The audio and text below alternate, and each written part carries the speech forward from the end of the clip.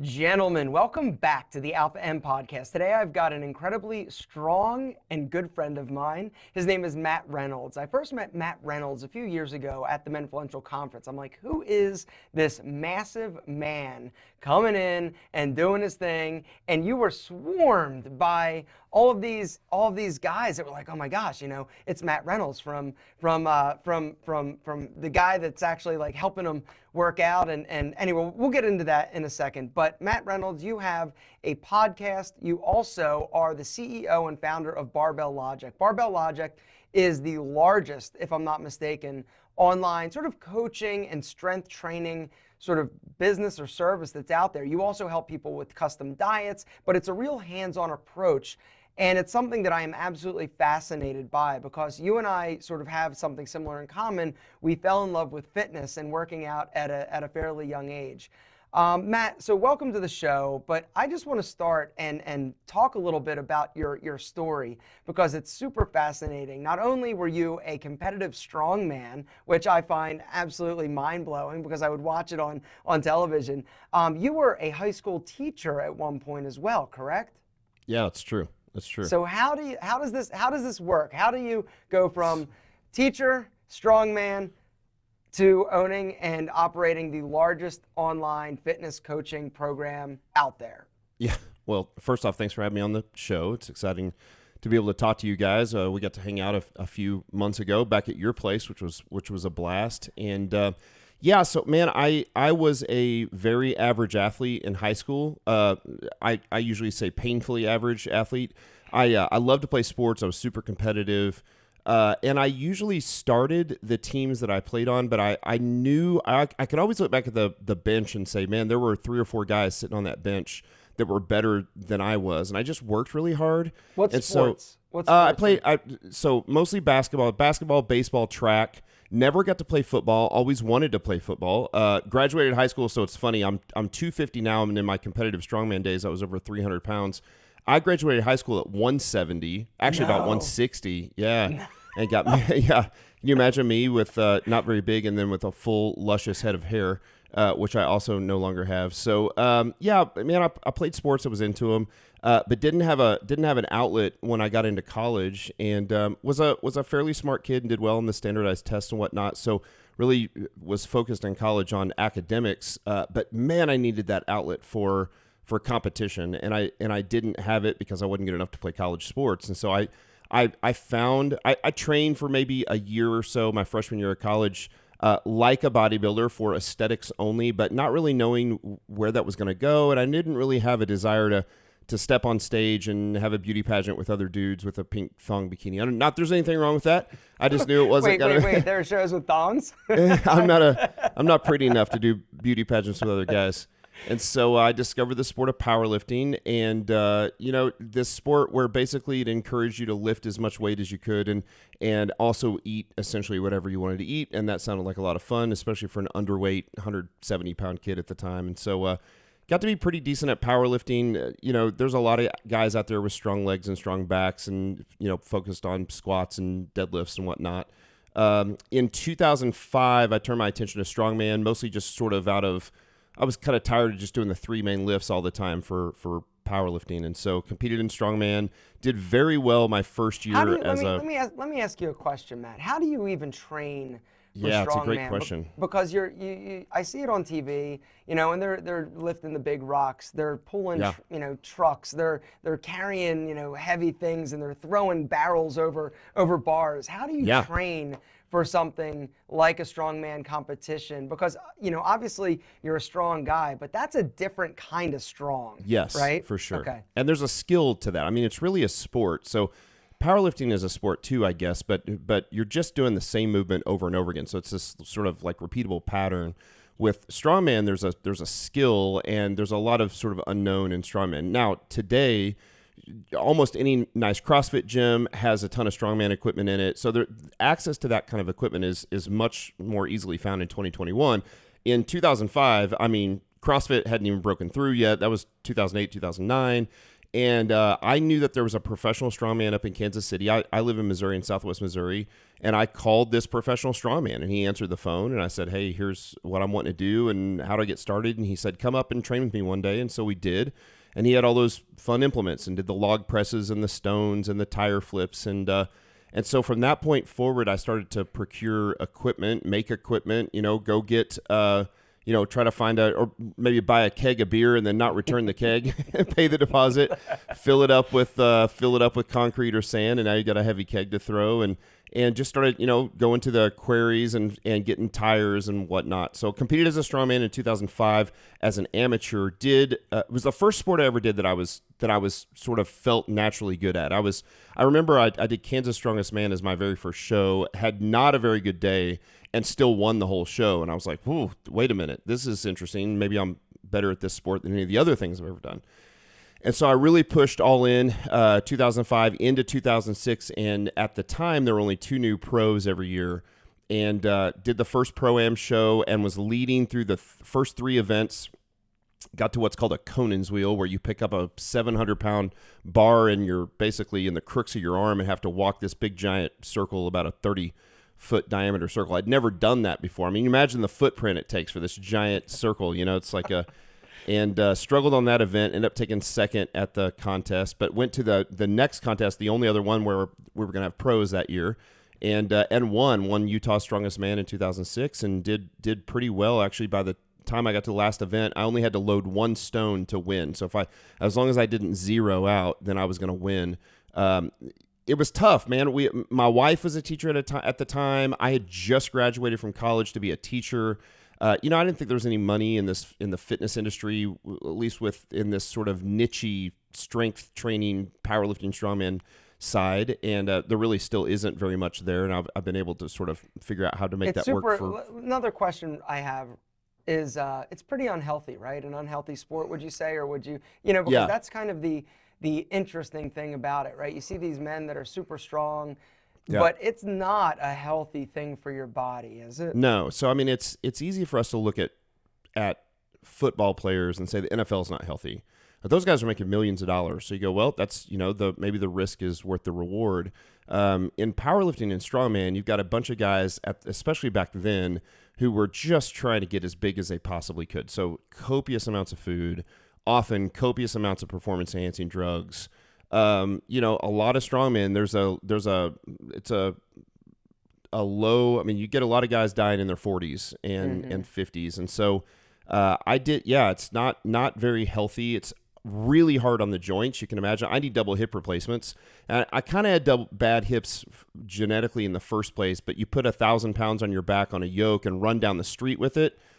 There's nothing more. I mean, there's nothing more tough on your joints than that. So you're talking about really high impact. So I competed on the World's Strongest Man circuit. Got lucky. Won my pro card. Went from being basically one of the best amateurs, the best amateur in the country, to the worst pro in the country overnight. It was a whole different ball game. I won the show with Brian Shaw, who's won the World's Strongest Man 4 years.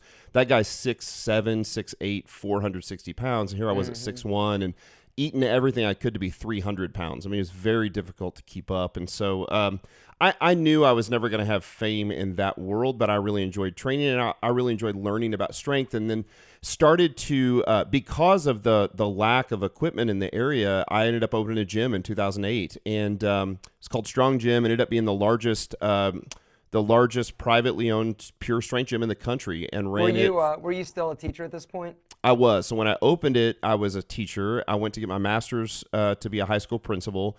By the time I had graduated with my master's, which was in, I believe, 2009, I knew that I probably wasn't going to stay in education my entire life. And the gym had started doing really well. And there was a lot of work there, but it was this, what we figured out is we took this gym with kind of a hardcore strength training style and figured out how to apply it to everyday America, to general population. So we had this incredibly clean gym, very nice building. We had moved several times. Each time we moved to a little nicer place. By the end, we bought a 15,000 square foot freestanding building in the gentrified downtown. It actually reminds me a lot of like downtown Marietta, where you're at. Just this really nice downtown area. And so we certainly there's not enough powerlifters and strongman to make money in a place like that. And I think that's where a lot of these gyms struggle. But we had great customer service, super clean. The place smelled clean, looked clean, was clean.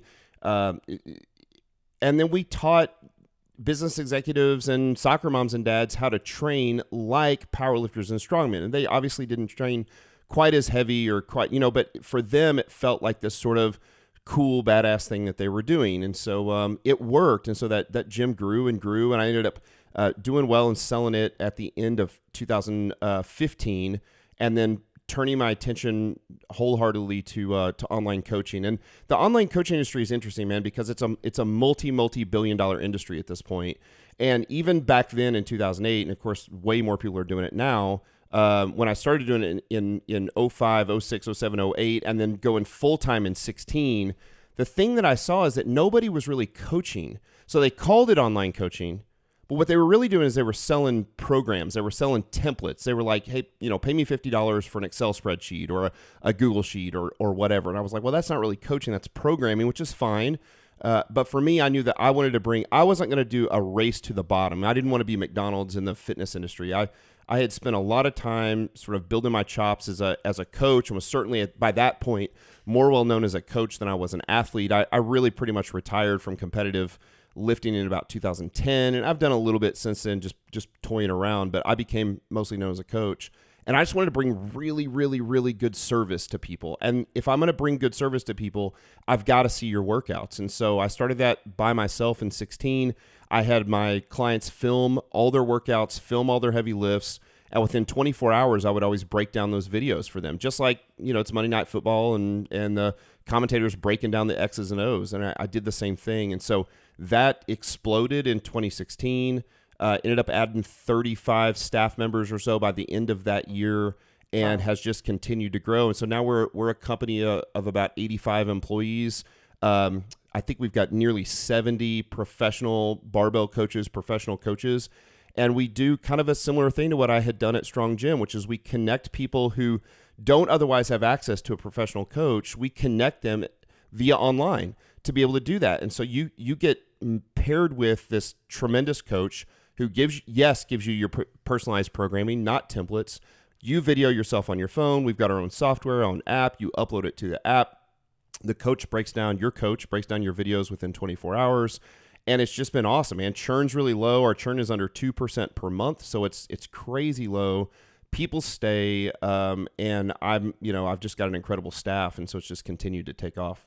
So talk a little bit about, I come from a different lifting style. I was interested in looking good, right? The bodybuilding, the isometric, not the isometric, but, doing bicep curls and isolation all stuff. And exactly. And so talk a little bit about, and this is something where I'm almost a little bit embarrassed to acknowledge, but I never did growing up deadlifts. I never really did heavy squats. I never did, heavy bench press. I was always doing, walking lunges and, and leg extensions and hamstring curls and then, your side raises and dumbbell flies. But then I guess it was about 3 years ago, I started listening to you. I started listening to our friend Ryan Masters talking about, the big three lifts, the squats, the deadlift, the bench press. And I'm like, all right, well, let me see if I can actually do this. And what was amazing to me was that my body really started to change, and I started to get stronger everywhere. And it's really amazing to see just the difference when you actually start using and lifting in that manner and working all of those stabilizing muscles, and it's this chain reaction of muscular. It's almost like a dance that ends up happening with you lifting and moving this heavy ass shit through space.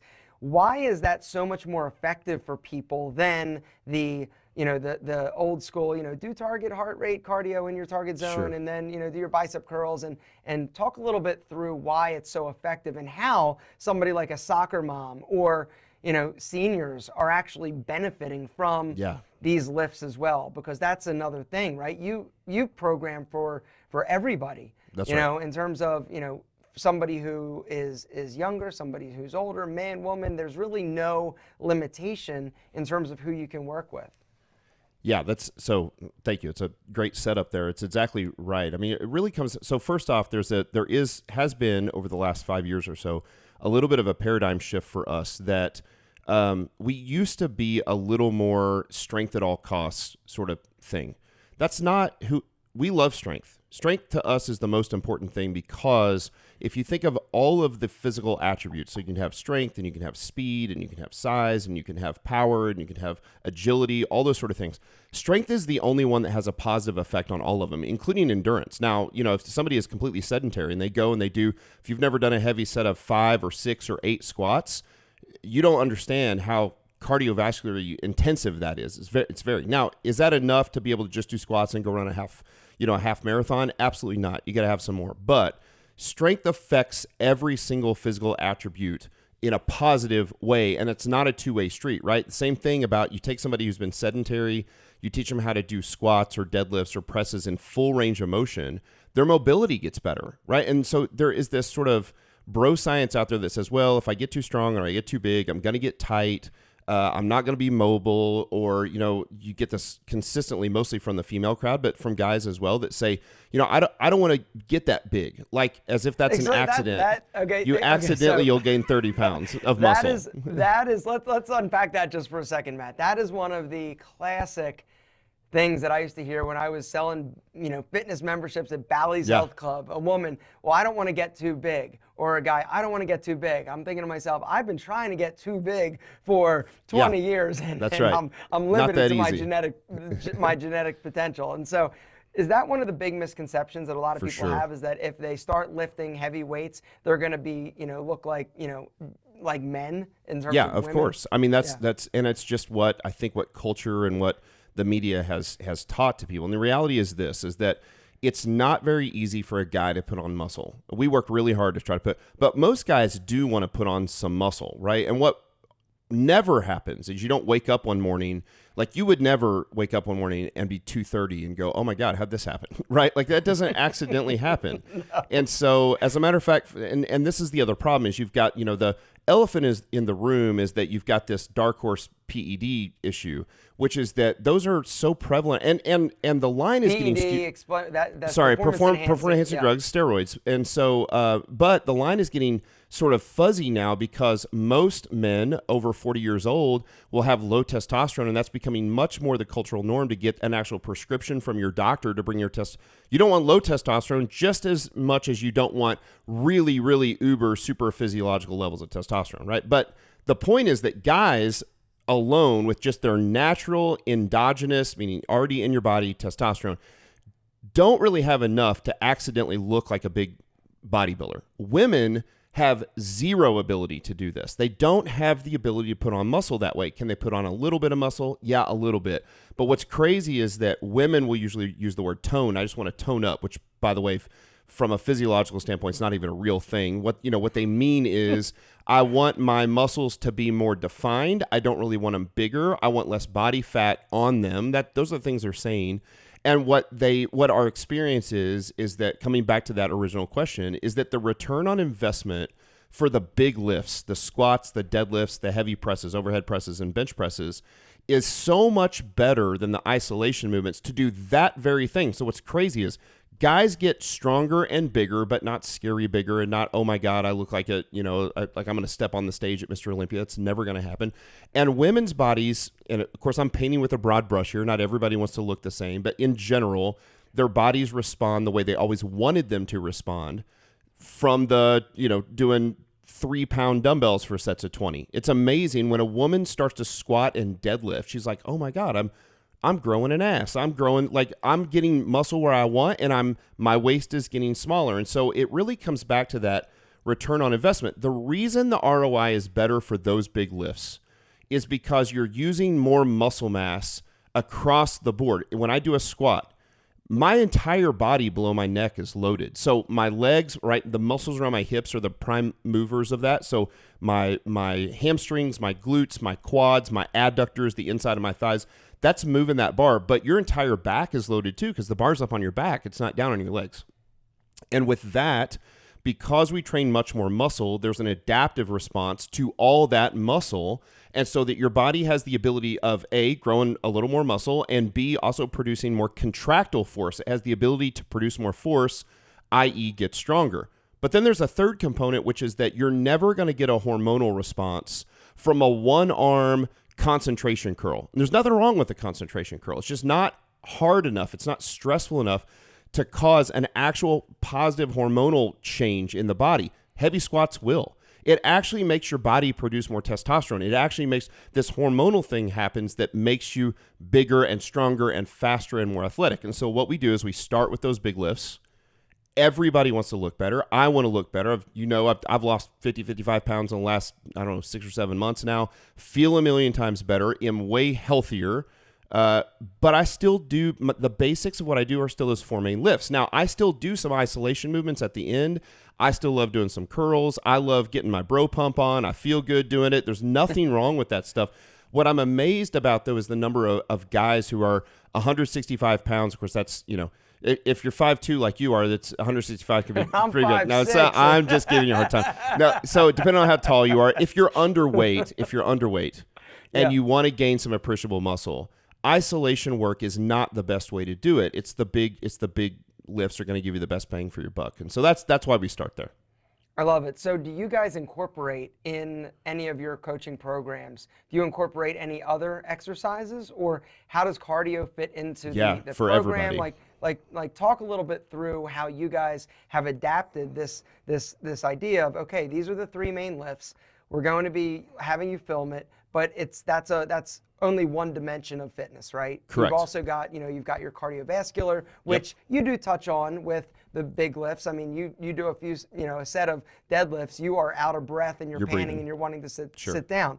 But then you've also got the dietary aspect or component to that. So the 3 areas, you've got muscle, the strength training, the cardiovascular training, and then the diet. How do you guys incorporate all 3 in a Barbell Logic strength coaching program? Yeah, so I think anytime you leave one of those out, it's just kind of I'm going to give you a little bit of my philosophy on nutrition just in general as well. I'm not a huge fan of diets that cut entire macronutrients out of the diet, right? And that doesn't mean it won't work. So you see a lot of people are like, I'm never going to eat carbs. Carbs are evil. I'm never going to eat fat. Fat's evil. Like, look, man, we got to have a right balance of these things. And in training, it's the same way. So if it's strength and only strength, unless you are a world champion powerlifter, where that is the only goal, and my guess is that there are none of those listening or very few of those listening to the podcast right now, then strength is this major component of what we're trying to do, as well as some hypertrophy, some gaining some proper muscle. So that's one aspect. But the other aspect is what we tend to call activity, so we want to make sure that our people are more active. So that could be as simple as, like I first thing every morning when my wife gets up, we go for a walk. You run. We do it at night before we go to bed as well. And we also do some high intensity interval type training when I'm doing the lifting. But I have increased my activity level tremendously. We love to hike. We love to ruck. For some guys, that's going to be playing in the men's basketball league.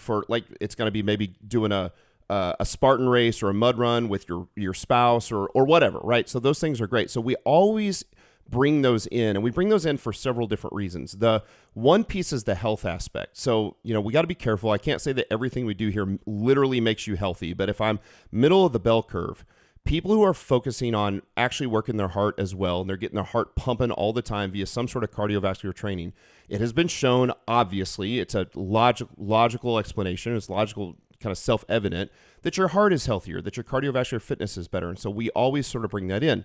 The focus for us, if somebody's not preparing for a specific sport, if they're not actually getting ready for a mud run and they're just wanting to be generally healthy, is at the end of their workouts, we always add some form of high intensity, low impact, low skill movements. What I don't like is high rep box jumps for somebody because it's way too much impact. I don't tend to like strongman type stuff. It's too much impact. I love pushing a sled, pushing a prowler, dragging a sled, C2 rower, echo bike, airdyne. All those things are very low impact. Swimming is one of the best things you can do this time of year, right? Riding a bike around your neighborhood. Anything that's going to be low impact, but that you can still do it hard and really get your heart pumping is a great thing. So we do that. But man, that cardiovascular benefit, you can get it in such a short amount of time if you do HIIT. I mean, 10 or 12 minutes at the end of your workout fulfills that criteria really, really well. And so we do that. And then the third piece, and I won't go down the rabbit hole too much, is we have registered dietitians that are outstanding, and we tackle nutrition for everybody that wants to do that. About half of our clients utilize our nutrition service as well. Our nutrition is focused on, it's not a template. It's very personal. We start with what we call the triage method. So we look at what you're eating for 3 or 4 days. We do what's called a visual food diary. You take pictures of literally everything you eat, and we say, change nothing about what you're eating. If you're eating a bag of Reese's peanut butter cups, eat it for the next couple days. We got to see what you're eating. And then we triage. So like if you're having a 6-pack of beer every night before you go to bed, that's probably going to be the first thing we're going to try to change. And we're probably not going to take all the beer away. We're going to go, can we do 1 beer at night instead of 6 beers, or whatever that thing is, right? Or if you're hammering chocolate or going to, fast food 3 times a week or 3 times a day, we've got to fix that stuff. So we triage, and then we focus nutrition on just sustainable, habit-based nutrition, developing a right relationship with food. So, we don't necessarily, we probably tend to lean a little heavily towards a macro-based or calorie-based sort of program, but it's not a diet. Everything we want to do is sort of sustainable, set up for long-term and longevity. And so, yeah, we tackle all 3 of those. And I think if you don't, then you're an incomplete service. So both that strength and hypertrophy, cardiovascular, and nutrition are all super important. It's funny though, and this is another thing that I think we probably both agree on. Diet has become almost the new religion, right? Yeah. Where people are super excited to tell you when they find something that works for them or it's something new. And being on this side of the equation where I've seen everything from Atkins to, like we've seen it throughout the years. Yep. And what I always come back to is everything in balance, right? Yep. You can have carbohydrates. Carbohydrates are not the devil. You know, fat is okay. There's all sorts of, fads and people that are really like excited to tell you about, the method and way that they're eating. But I always come back to just, common sense nutrition. You want to eat a balanced diet. You don't want to eat, bacon every day. It's not necessarily good. Will you lose weight because your body goes into ketosis? Possibly. But is that a long way to sustain yourself? I don't know. I can't say that one way or the other. But it sounds like you are on the same side of that. It's just be smart, make better decisions with your diet, eat the healthy fats, eat lean protein. Carbohydrates are fine, reduce your sugar as much as possible. But, that's right. But, all those, that's it, right? That's exactly right. It's exactly the same thing for us. And for us, it's really about what is sustainable. I mean, you hit it. So for some people, they might be able to do intermittent fasting and not eat in the morning. There's nothing wrong with that at all, right? But if you're starving in the morning or you train in the morning, you need some calories to fuel your training. That's probably not the best option. So we're really careful about vilifying any diet, and it's not because we're trying to play politics. It's more of we're trying to figure out what is the type of nutrition plan that fits your lifestyle that's long-term sustainable. I mean, look, everybody's had the time where you're like, look, I'm 4 weeks out from going to the beach. I really want to look good. I want to do a little 4-week blast diet to get ready for the beach. There's nothing wrong with that either, as long as you recognize that that's not sustainable. The way you're going to eat the last 4 weeks getting ready to go to the beach, or or if you're going to do a bodybuilding show. I mean, those guys, they don't look like that year round. They look like that for one day. That's the point. And it's the worst you feel. You look the best you've ever looked at. That's right. You feel awful, right? Because you're completely depleted. You haven't had water. You haven't had carbs. So we're looking for sustainable long-term nutrition. By the way, we do our head nutrition coach, and it's free. So it's just not even a whatever. I'm not throwing in a big plug here. Yeah. Jillian Ward, by the way, she took 3rd in the CrossFit Games in 2008. She set the all-time world record in powerlifting. She's an IFBB pro bodybuilder. I mean, she's basically like Samson from the Bible for a female. She's just the most amazing. This girl set the Guinness Book of World Records on push-ups when she was 16 and was on the cover of the New York Times. She's our head nutritionist. She's fantastic. But she put together what we call the 10-day nutrition challenge, which is just kind of a jump off. And it's free. We did it with our kids because there's nothing that you would go, I wouldn't want my 6-year-old or 10-year-old doing this, right? It's like drink more water, eat more fiber, less sugar, no caffeine after 2, things like that. And it works phenomenally well. Wow. So a lot of times that's a great starter to get going. So yeah, I'm just like you. All that stuff has to be in balance and find the thing that's sustainable. All right, Matt. So we talk a little bit about entrepreneurship here on this channel. So what I want to do now is just, with the time we've got remaining, sort of talk a little bit through sort of your story to some degree. You have had some struggles over the years. It hasn't been just, you started and everything was amazing and you're killing it and millions of dollars. It's not Sure. that. It's not that. And so you've struggled with different things over the years. What would you say would be your biggest mistake that you've made in growing this business? What I love about your business, when I often look at a lot of these, or I think back to when I was in the fitness industry, I wanted to own a gym. Like that was the only thing I wanted to do. And then it was, okay, then I'll do, some franchises of some facilities. And when I look at sort of what you're doing like kind of like the ultimate like modern day approach to a way to sustain a business with fitness using the internet and in a method and manner that is incredible. But over the years, there have been some mistakes I'm sure that you've made, and you would go back if you could and possibly change it, or you wouldn't change it, but just perspective is gained. And so what would you say would be your biggest mistake over the years that you've had this business, that if you had to identify one or two possible issues that you could point out for the audience? No, that's a great question. So I've made lots of mistakes. I like a lot of entrepreneurs have sort of superhero syndrome, and we think we can do it all and do it better than everybody else. And so one of the places that got me early when I was a young business owner and entrepreneur is I didn't treat my staff like I treated my clients. And I think staff, they are clients, they are your clients. You've got to treat them as such. And so there were times when I thought that I was a really good leader to my staff, and I recognized that I wasn't. I would be political with my staff, not like literal U.S. politics, but I would try to pit people against. And I would look back and go like, man, that's so gross that I did that stuff, and it's. I would never do that with my clients, but I did it some with my staff, and that caused resentment in my staff, especially for the first business for the gym that I had. And then as time has gone on, we were in a pretty big lawsuit back in 2019 with my old mentor, and a big name in fitness and a big brand in fitness, and I was sort of their golden boy coming along, and was sort of number two in that industry or in that brand, and as we broke off and built Barbell Logic, they later sued us for trademark infringement because we had all this content, videos, articles, and whatnot that still titled me as being part of that organization, which I wasn't, and I didn't necessarily want it to be part of it. But it was historical documents, so just imagine, right? So it was like, Aaron Marino working with bodybuilding.com 2012. It's like you were, it was like whatever, right? Yeah. And so as time goes on, maybe you're not affiliated with some of those places, but those things still live because it's the internet and history lives on forever. And so in some of that, it was very difficult to be resilient and learn how to live through the really, really tough times. By the way, I think it's the thing that's actually made us succeed in modern day is to go, the difference between a business owner and a true entrepreneur. And by the way, I don't think everybody's called to be an entrepreneur. I think there's nothing wrong with being a mom and pop business owner, having a good time. It's just not the way I'm wired to try to, like, let's build $1 billion company. Can we do this? And that's going to increase stress, 100x or more.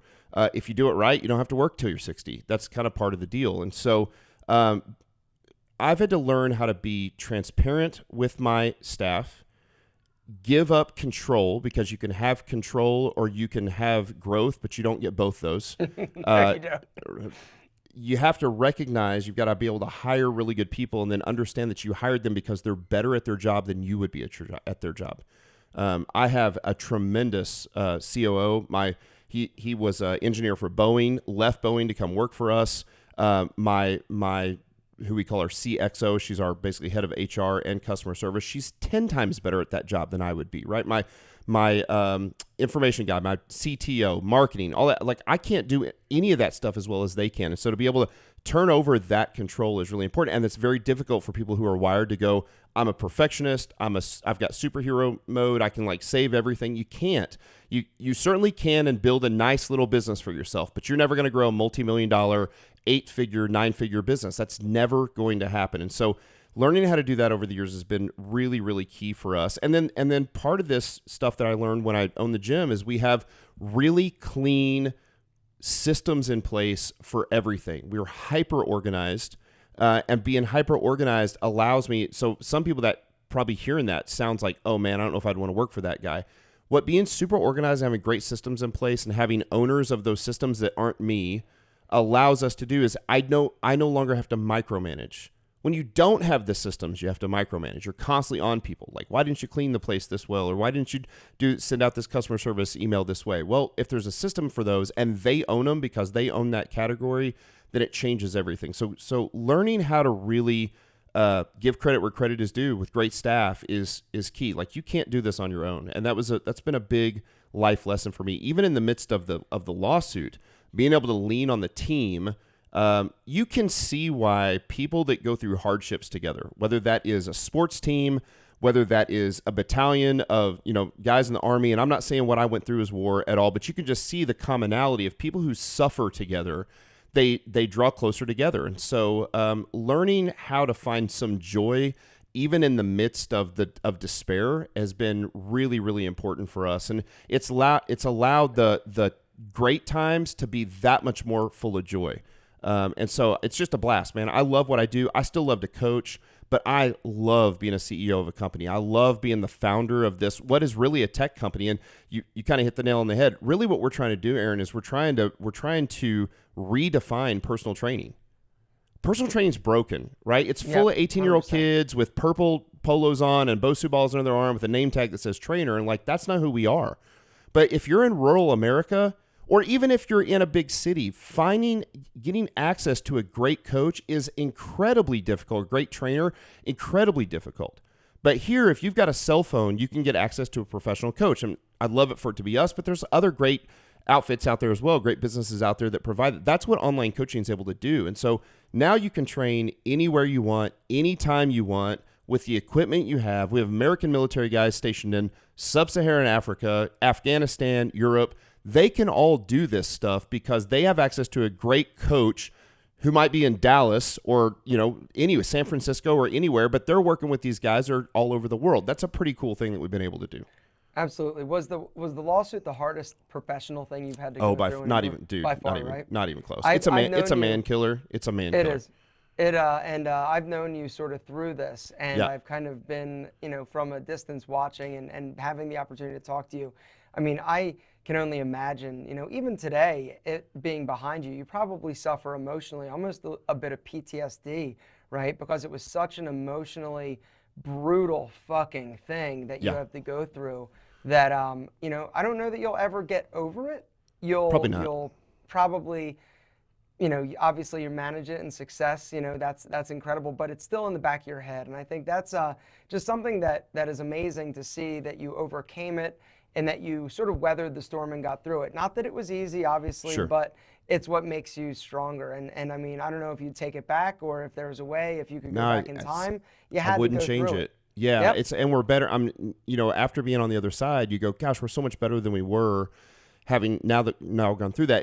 Listen, I hope I wouldn't wish a lawsuit on my worst enemy, on anybody.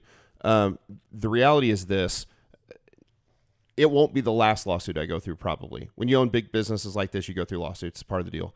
The next one won't be as part of the terrifying piece of the lawsuit is you just don't have any idea what to expect. You've not been through one. And so it's terrifying. And along with that, for this lawsuit, were the personal relationships were lost as well. And like I said, it was my mentor that sued me. And so that was really difficult. So having one of that effect, it probably isn't going to happen again.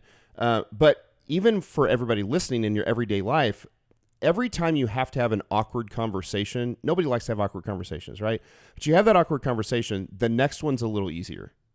I hate confrontation, and I have to have them all the time. I mean, I own a great big company, but I don't like it any more today than back then. But I recognize that when a discussion needs to happen, it's a cancer to not do it.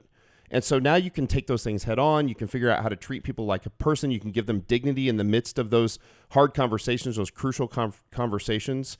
And there's a lot of lessons to be learned there, even out of those things as difficult as the tragedy of a lawsuit. And so, yeah, I am kind of thankful that it happened. God, I wish I hadn't had to go through it. I wish we could have reaped the benefit without going through it, but I don't think we could have. And so, and it's nice to be free, honestly, at this point. So now you're free. The lawsuit's over, and you're not just free from the lawsuit, but you're free to be your own brand and your own team, and you don't have to follow the culture of that business. Like, you get to set the culture for the business, and we're super intentional about that culture. All right, Matt, last question. What is the one tip you'd give an aspiring entrepreneur out there that's thinking about doing something a little bit different or thinking about going after their dream? Like you said, not everybody is built for it. Yeah. Not everybody is cut out to be an entrepreneur. It takes a different kind of stomach. It takes sleepless nights. It takes you being willing to be uncomfortable and purposely putting yourself in that situation, kind of like the gym, or right. working out. And but what is your best piece of advice for somebody that is thinking about starting a business and wants to go after their dreams?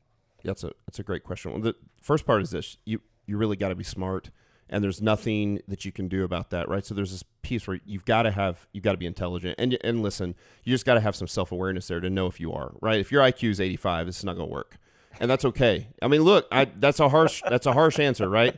Now, that's not a what can you do, but like, we got to have some self-awareness. People who are successful with this have some combination of intelligence, likability, and work ethic. And the only one you can really control is the work ethic. Your likability is sort of your personality. Now, you can tweak it a little bit, right? And you can work real hard to be as intelligent as you can, but you're kind of born with that deal. So some of it is you also need to recognize if you are successful at this, some of that is thank your mom and dad. You've been blessed a little bit with the right genetics to do it. If you recognize that you've got the right personality to do this, never, ever stop learning. Dude, I read constantly. I listen to podcasts constantly. I'm listening to audiobooks constantly. I don't want to be out. There are so many people who have done this better than me and written about it. I want to learn from their mistakes. I want to learn from their lawsuits. One of my favorite books is called The Hard Thing About Hard Things. It's awful, and it's so good. Because it's one of the most successful venture capitalists in the world now, Ben Horowitz, started a company that almost died multiple times over and over again. You've talked openly about the bankruptcy and all that stuff that you've had to go through. Like that, I want to learn from those guys, and I can't do that if I don't read. So people spend too much time working in the business and not on the business to actually ever grow a business. And working on the business is all about pursuing knowledge, reading. Don't ever think you're too good to learn from somebody else. That's the biggest one for me. Matt, where can people find you? BarbellLogic.com, man. We're easy to find. Google Barbell Logic or Matt Reynolds. We're Barbell Logic on all the Instagram channels, on all the social media channels, including Instagram, Twitter, Facebook, all that fun stuff. We got a great YouTube. If people want to find out about us, YouTube's a great place to start. We've got really high, very similar to yours. Actually, your channel was very instrumental in ours. Those very clean looking, well-produced, short videos. That's what we do on YouTube. Lots of 4-minute and under video, how-to videos, how-to lifts. That's a great place to start and get value out of our company, even if you don't become a client. So Barbell Logic on the website, any of those social media, that's always a good place to go. Matt Reynolds, thank you so much, and continued success, my friend. It was amazing. You're Thanks, incredible. brother. Thanks for having me on the show. Thanks, Appreciate guys. Bye-bye.